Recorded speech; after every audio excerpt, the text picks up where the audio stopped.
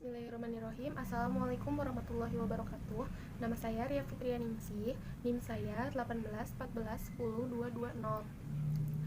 Saya dari jurusan Ekonomi Syariah, kelas F semester 5. Di sini saya akan menjawab kuis dari mata kuliah Pasar Modal Syariah. Langsung saja ke pertanyaan yang pertama itu, gambarkan pembentukan rekening efek syariah dan rekening dana nasabah, serta jelaskan perbedaan antara rekening efek syariah, rekening dana syariah, serta tabungan syariah. Rekening efek syariah adalah rekening yang menampung semua saham syariah atau portofolio saham syariah yang dimiliki oleh investor. Rekening efek syariah merupakan rekening yang harus dimiliki oleh investor saham syariah sebelum melakukan transaksi saham syariah di Bursa Efek Indonesia.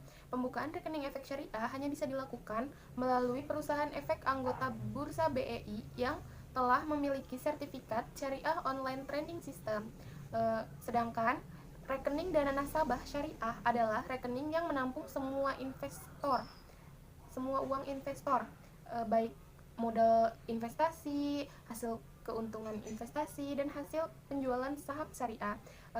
Reksadana nasabah syariah dibukakan di bank syariah yang menjadi bank pembayaran atau bank administrasi transaksi efek syariah. Sedangkan perbedaan rekening efek syariah, rekening dana nasabah, dan rekening tabungan syariah, yaitu rekening efek syariah adalah rekening yang menampung semua saham syariah atau portofolio saham syariah yang dimiliki oleh investor. Nah, sedangkan rekening dana nasabah adalah rekening yang menampung semua uang investor, seperti modal investasi, hasil dari keuntungan investasi, dan hasil penjualan saham syariah. Dan tabungan syariah untuk menampung uang yang akan dikeluarkan dari rekening dana nasabah apabila investor akan menarik atau menggunakan uang hasil penjualan saham syariah untuk hal lain di luar pembelian saham, maka uang tersebut harus ditransferkan ke rekening tabungan syariah. Nah, setelah itu investor dapat menarik seperti biasa uang di tabungan syariah melalui media penarikan yang tersedia seperti ATM maupun kasir. Kedua, jelaskan mengenai Syariah Online Trading System.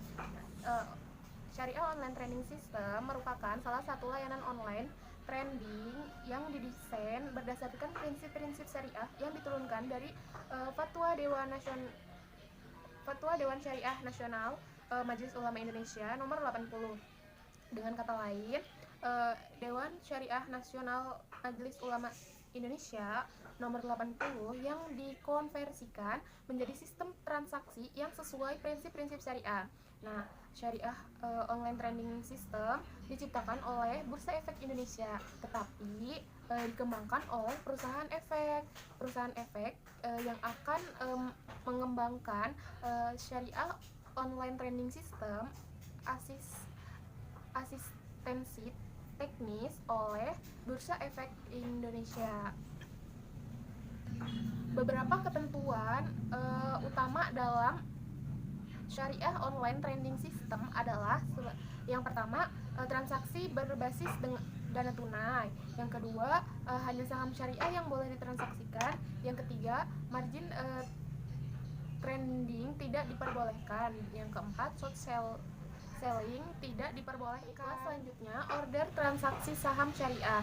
Nah, order transaksi jual adalah perintah investor untuk menawarkan saham syariah yang akan dijual pada harga tertentu. Harga yang menjadi harga jual biasanya lebih tinggi daripada harga pasar yang berlaku saat itu. Nah, investor yang melakukan order transaksi jual disebut investor jual. Order transaksi beli adalah perintah investor untuk mengajukan penawaran beli saham syariah pada harga tertentu. Harga beli biasanya lebih rendah dari harga pasar. Yang melakukan order transaksi beli disebut investor beli. Yang selanjutnya itu analisis fundamental dan analisis teknikal. Analisis fundamental adalah teknis analisa yang memperhitungkan berbagai faktor seperti kinerja perusahaan, analisis persaingan usaha, analisis industri, analisis ekonomi, dan pasar makro dan mikro. Dari sini dapat diketahui apakah perusahaan tersebut masih sehat atau tidak. Dari pengecekan tersebut, investor dapat mengetahui mana perusahaan yang dalam kondisi baik dan bisa dipilih untuk investasi. Nah, yang selanjutnya itu analisis teknikal.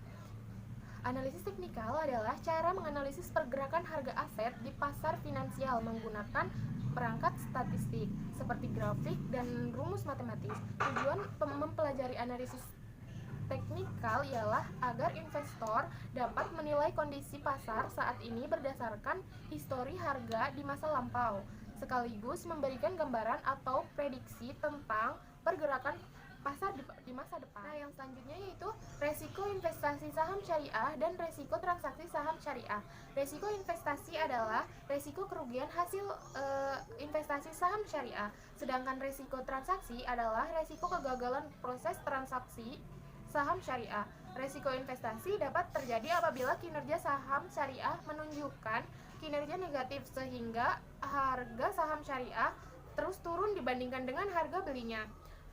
Penurunan kinerja perusahaan, kondisi makroekonomi yang menurun atau kinerja sektor industri yang negatif adalah beberapa faktor yang dapat menyebabkan terjadinya kerugian atau resiko investasi saham syariah. Resiko terburuk investasi saham syariah adalah emiten bangkrut, lalu investor akan kehilangan seluruh modal investasinya. Sedangkan resiko transaksi saham syariah, resiko ini dapat terjadi apabila dalam proses transaksi saham syariah terjadi gangguan order transaksi atau ada pihak yang tidak bisa memenuhi kewajiban transaksinya. Bisa terjadi karena gangguan jaringan telekomunikasi, sistem transaksi di perusahaan efek, atau gangguan di sistem perdagangan Bursa Efek Indonesia. Resiko paling buruk dari gangguan order transaksi adalah adanya kegagalan transaksi atau investor tidak bisa melakukan order transaksi. Penyebabnya bisa karena operasional perusahaan efek diberhentikan baik sementara ataupun permanen sehingga investor tidak bisa melakukan transaksi saham syariah. Yang terakhir yaitu mitigasi resiko investasi syariah. Investor syariah dapat memitigasi potensi kedua resiko tersebut dengan berinvestasi sesuai dengan prinsip Islam. Penggunaan analisis fundamental yang wajib dalam melakukan analisis kinerja saham syariah adalah salah satu metodenya. Investor syariah disarankan untuk memilih saham syariah yang secara historis masuk ke dalam DSE agar dapat mengurangi resiko kerugian investasi syariah. Nah, kriteria keuangan dalam seleksi saham syariah adalah rasio utang berbasis riba terhadap total aset perusahaan maksimal 45%. Berarti emiten yang sahamnya lolos seleksi syariah atau selalu ada dalam DSE adalah emiten yang secara fundamental dalam hal likuiditas perusahaan itu bagus. Seorang investor syariah wajib menghindari transaksi goror.